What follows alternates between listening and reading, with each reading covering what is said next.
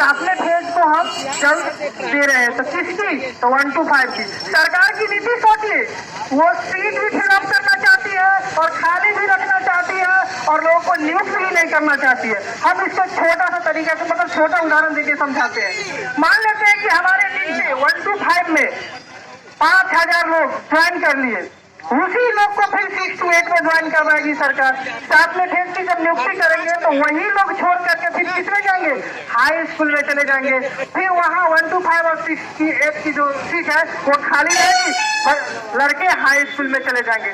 ठीक उल्टा काम करते हैं, ऊपर से नीचे की ओर नहीं, नीचे से ऊपर की ओर। पहले 125, फिर 6 to 8, फिर हाई स्कूल, फिर +2, ताकि वही बच्चे आगे की ओर जाए और नीचे का सीट खाली रहे और हम ये दिखा सके कि हमने 1.25 लाख लोगों को शिक्षक बनाया, रोजगार दिया। वादा करते हैं, जब सरकार बनानी होती है, वोट मांगने होते हैं तो बोलते क्या? 19 लाख रोजगार देंगे। क्या 19 भी रोजगार मिला क्या? ये 4 सालों में कोरोना काल में कितने लोगों को रोजगार छूट गया? हमारे बीच के बहुत सारे भाई ऐसे हैं जिन्होंने अपने जॉब को छोड़ के यहाँ पे आए हैं। जॉब को छोड़ करके उन्होंने देखा कि 12 मार्च जब 2021 को रिजल्ट आया तो हमारे शिक्षा मंत्री, अपर सचिव और बिहार बोर्ड के अध्यक्ष संयुक्त रूप से 50 मिनट के प्रेस कॉन्फ्रेंस करके उन्होंने कहा कि सबकी नियुक्ति पक्की, क्योंकि 6 से कम क्वालिफाई हुए हैं। तो 3 महीने में, यानी फिर 21 जून को, यानी 3 महीने में ऐसा क्या हो गया जो यह सीट 25,499 से क्वालिफाई स्टूडेंट की संख्या बढ़ के 80,000 हो गई। क्या इसमें कुछ नहीं दिख रहा है? ये बहुत बड़ा घोटाला हुआ है यहाँ पर, इतनी बड़ी घोटाले हुए हैं कि कहना मुश्किल है। फिर भी कोई बात नहीं है, हम लोग समझते हैं इस चीज को कि ये सरकार भी तो बैक डोर से ही आई है ना।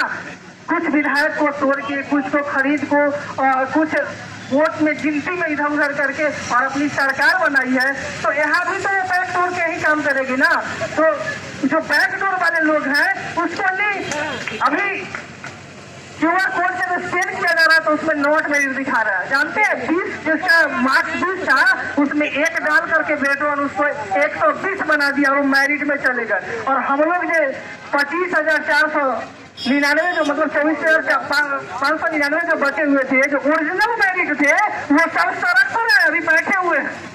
और जो डुप्लीकेट मैरिट थे वो वहाँ पर है और कहते हैं कि हमारी नियुक्ति करिए। 5 भाषा के बोलने वाले हैं, उनको शुद्ध हिंदी का उच्चारण भी नहीं आता और बोलते हैं 5 भाषा के जानकार है, 5 तरह से इंग्लिश बोलते हैं। और मेरे राज्य में ऐसा कोई मीडिया कर्मी ही नहीं है जो मेरा इंटरव्यू इंग्लिश में ले। सोचिए, हमारे विद्वान मीडिया पर भी उंगली उठाते हैं, इतने बड़े विद्वान हैं। अब सोचिए कि वैसे लोग जब हमारे बीच उपस्थित हों और वैसे लोग रहे तो वास्तविक है कि मकड़े की जाल जो बुनी है सरकार, उसमें हम लोगों को फंसा के सबका जान ले लेगी और नौकरी नहीं देगी। ऐसी सरकार है, ऐसी व्यवस्था है और उस व्यवस्था को समाप्त करने के लिए हम लोगों को एक होना होगा, एक प्लेटफॉर्म पे आना होगा और क्वालिफाइड जितने भी हैं वो सब आए। हमें नहीं लगता है कि 80,000 होगा, क्योंकि जब भी आंदोलन होता है कोई भी ऐसा ग्रुप नहीं है जिसमें 5,000 विद्यार्थी हो। हर ग्रुप में 1500, 1800, 1200, 400, 300 है। हम कैसे मान लें कि 80,000 है? हमने सर्टिफिकेट वितरण में भी गया, वहाँ हमने प्रत्येक दिन का लेखा जोखा लिया। मेरे पास वैशाली डिस्ट्रिक्ट से हम आते हैं, वहाँ का डाटा है, हमारे यहाँ तो नहीं है। 10,000, 12,000 स्टूडेंट, हम कैसे मान ले कि 80,000 है? अगर 80,000 स्टूडेंट होते तो हर जिले से कम और अगर आंकड़ा निकाला जाए तो 8 से 10,000 के आसपास होना चाहिए, जबकि 8 से 10,000 कम से कम। बड़ा जिला वहाँ ज्यादा, छोटा जिला वहाँ कम, लेकिन ऐसा नहीं है। कहीं 5,000 है तो कहीं 6,000 है, तो फिर 80,000 कहाँ से? तो ऐसी स्थिति है। और बिहार की जो राजनीति है और बिहार का जो इतिहास रहा है, नौकरी मिलता नहीं भैया, नौकरी छीनना पड़ता है और नौकरी वही छीन सकता है जो अर्जुन की तरह हो। और ये तो बिहार का इतिहास है ही। आप ले लीजिए ना, BSSC को देखिए, 7 साल लटक गया, कुछ नहीं हुआ। BPSC को देखिए, बैकडोर वाला चल जाता है। दरोगा के बहाली को देखिए, बिहार पुलिस बहाली को देखिए, या मनरेगा किसी भी तरह की बहाली हो जिसमें सरकार बहाली करवाते, सब में वही हाल है। पंचायती सेवक को देखिए बहाल करवा दिया कि वेतन देंगे रखेंगे और उसको भी रोड पर छोड़ ले। कितने सालों से बेचारे भटक रहे हैं और कुछ की एक भी समाप्त हो गई है। क्या करेंगे? भूखे मरेंगे, कोई उपाय नहीं है। तो इसके लिए कदम उठाना पड़ेगा, हमें आंदोलन करना होगा। ऐसा आंदोलन करना होगा कि 77 का जेपी आंदोलन याद हो जाए। हमारे नीतीश बाबू जेपी आंदोलन की जेल है, उसी से निकल के आए हैं। उन्हें तो सोशल इंजीनियर कहा जाता है। उन्हें तो सोचना चाहिए कि हम छात्र जीवन में जो झेले हैं आज उससे भी बुरा स्थिति हमारे राज्य के छात्रों का, तो उनके लिए भी तो कुछ करना है। लेकिन वो भी मौन है, मौन पर धारण करने हुए। किस तरह से? जैसे महाभारत में धृतराष्ट्र अंधा था, आंख से सब कुछ देख नहीं पाता था, उसको संजय बताता था। वही हमारे संजय सर है, आंख से वो अंधा है हमारे शिक्षा मंत्री और नीतीश कुमार। और संजय जो है ना अपर सचिव, वही संजय महाभारत वाले हैं जो अपने दिव्य दृष्टि से देखकर बताते कि सारे सीट फुल, सभी जगह आपके जो जितने भी टीचर चाहिए उतना टीचर उपलब्ध है, अभी बहाली करने की कोई जरूरत नहीं। और हम लोग पहुंचते हैं तो बोलते हैं कि बिहार सरकार के पास पैसे नहीं है, अरबों रुपया के घोटाला करने के लिए 7 निश्चय योजना के लिए पैसा है और हम लोगों को बहाल करने के लिए पैसा नहीं।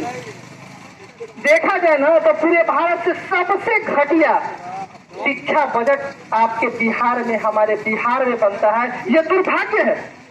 हमारा बिहार वो धरती है जो पूरी दुनिया का गुरु बनने योग्य था और बड़ा सा इतिहास रहा है इसका। नालंदा विश्वविद्यालय जैसे विश्वविद्यालय हमारे बिहार में थे, पूरे विश्व के लोग हमारे बिहार में आके पढ़ते थे। और आज जानते हैं स्थिति है कि बिहार के लोग दूसरे राज्य में, दूसरे देश में जाकर पढ़ते। स्थिति इतनी खराब है, स्कूल में शिक्षक ही नहीं है। क्या कुर्सी से पढ़ेगा? कुर्सी से तो बच्चे नहीं पढ़ेंगे। और सरकारी स्कूल में उन्हीं के बच्चे जाते हैं पढ़ने जो गरीब तबके से आते हैं, जो मजदूर है, जो किसान है। और सरकार नहीं चाहती है कि पढ़े। अगर पढ़ेगा तो हम लोगों के तरह नौकरी मांगेगा, क्वालिफाई करेगा, नौकरी मांगेगा और सरकार को परेशानी होगी। इसीलिए चाहते हैं कि पढ़वे नहीं करे, न पढ़ेगा न नौकरी मांगेगा और न हमें कुछ कहेगा। हमको जैसे मन होगा वैसे उसको घुमा देंगे। 500 रुपया वोट देंगे, 1000 रुपया वोट देंगे और वोटवा लेंगे और हम कुर्सी संभालेंगे। हम सब कहाँ जाए? हत्या में। पता ना कि जो बेस्ट होता है उस तरह बेस्ट की तरह हम लोगों को समझता है।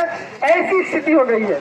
और इस सबसे बड़ा दोष जो है एक ही शख्स है, आप सब जानते हैं, हम भी जानते हैं, वो है आनंद किशोर।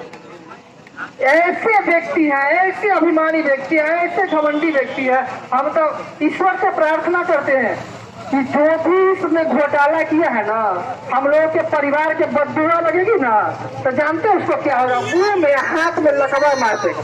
मुंह में लकवा मारेगा तो बोल नहीं पाएगा और हाथ में लकवा मारेगा तो साइन नहीं कर पाएगा। एक अभ्यर्थियों के दिल से निकलने वाला बददुआ जरूर लगेगा। अगर हम लोगों की ज्वाइनिंग नहीं हुई और इस तरह का मामला हुआ तो ये निश्चित होगा और निश्चित होगा, क्योंकि हमारे साथ साथ हमारा परिवार भी है, हमारे बाल बच्चे, हमारी उम्र 35 साल 36 साल होगा। क्या हमें 60 साल की उम्र में नौकरी दीजिएगा? जब रिटायर होंगे तब। एक हमने देखा था, एक कॉमेडी बना हुआ था पेपर में जिसमें लिखा था, नीतीश कुमार के फोटो लगा हुआ था माननीय मुख्यमंत्री जी का, उसमें लिखा हुआ था कि ऐसी बहानी निकालेंगे ना कि जवानी में फॉर्म भरेंगे, बुढ़ापा में नौकरी देंगे, मतलब नियुक्ति पत्र बांटेंगे और ज्वाइनिंग स्कूल में कब करेंगे पता है? डायरेक्ट शमशान घाट में। क्या वही कराने वाले हैं नीतीश जी, शिक्षा मंत्री जी? अगर नहीं ऐसा कराने वाले हैं तो जल्द से जल्द हम लोग को नियुक्ति दीजिए। नहीं तो इतिहास गवाह है, जब जब छात्र अपने पे आ जाता है ना तो जितने भी ऊपर वाले हैं ना उस जमीन पे आ जाते हैं, जमीन पे। अगर हम सभी बिहार के युवा एक हो गए तो आपको भी नीचे आना होगा। मीडिया एवं विभिन्न माध्यमों से हम अपने बिहार के 12 करोड़ जनता को कहना चाहते हैं, क्या इसीलिए आप विधायक बनाते हैं कि हम लोग सड़कों पर पढ़ लिख के रहे? क्या इसीलिए मंत्री बनता है कि हम लोग की नौकरी नहीं मिले और हमारे नौकरी यानी मेरे हिस्से का पैसा उठा दे?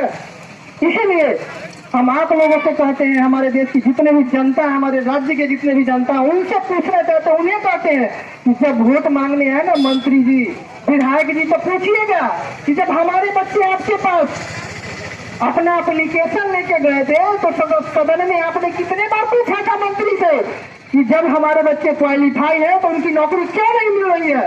आपने पूछा था? नहीं पूछा था। और हम लोगों में भी कमी है भाई।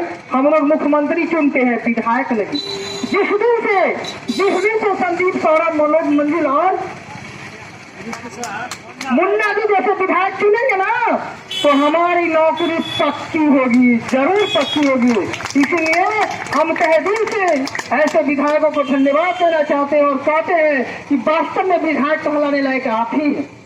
ऐसे विधायक नहीं जो मुंह छुपा के चले जाते हैं। जब उनको कॉल करते कि सर मेरे साथ समस्या है, तो मेरा फोन ही नहीं रिसीव करते। अगर एक बार मिल लिए ना और जान गए कि STT वाला है, तो इतना डरते हैं जैसे लगता है कि हम ब्रह्मोस मिसाइलें लेकर आ गए हैं, उन पर सीधे चला देंगे, वो साफ हो जाएंगे। इसलिए भाग जाते हैं, सुनते नहीं है, हमारी बातों को नहीं सुनते हैं। विधायक जी सोचते हैं कि अगर बोलेंगे तो हम जो बैंक डोर से 10 लाख रुपया लेकर जो भेजे हैं, वो तो हमारा कपड़ में न छोड़ देगा। इसीलिए हम सबके बात नहीं सुनेंगे, तो बैंक डोरवा के बात सुनते हैं केवल। क्यों? हमारे विपक्ष भी महत्वपूर्ण भूमिका में है, एक मजबूत रूप में है, अगर वो भी हमारी बात को सही ढंग से नहीं उठा पाती। हम उनसे भी चाहेंगे कि आप हमारी बातों को उठाए। और ये जो 80,000 है ना, अगर 80,000 की नौकरी हुई तो ये 80,000 आपको 8 से 10 लाख वोट दिलाने की क्षमता रखता है, अन्यथा 10 लाख वोट बिगाड़ने की भी क्षमता रखता है। एक टीचर के पास अगर कोचिंग चलाने वाले हो, ट्यूशन पढ़ाने वाले हो, तो कम से कम 100-200 विद्यार्थी को जरूर पढ़ाते हैं। और उसके गार्जियन जो है शिक्षक के बात को टालते नहीं। वो अगर 100 घर को टच करेगा, 100 घर का वोट अगर आपको बर्बाद करेगा, तो आप जमीन पे आ जाइएगा। याद रखिए, पंजाब की स्थिति देखे ना, हमारे अरविंद केजरीवाल किस तरह से काम किए हैं, पूरे पत्ते साफ, दिल्ली में साफ। ऐसा न हो कि बिहार में आपका भी पत्ता साफ हो जाए। इसीलिए निश्चित